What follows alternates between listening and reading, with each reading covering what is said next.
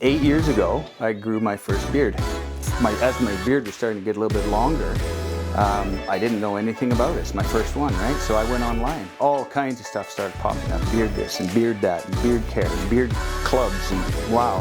So I ordered some basic oils and I made my very first beard oil. And I tested it on a bunch of greasy construction workers and and found that it was successful. So, I'm in the studio today. What are we gonna do?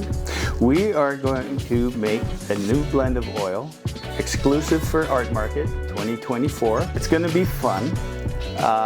It's gonna be experimental, and we will make these available first and only at Art Market this year. Yes. Yeah. I know, I'll remember. This is harder. And shocked that you've only had a beard for 8 years, so you've always been clean shaven. Yep. Can I touch it? Sure. Yeah. Oh, wow. I'm good. Well, maybe I can put some in my hair. Absolutely. My wife uses it in her hair. And I hope I never get a beard, so. I hope that as well.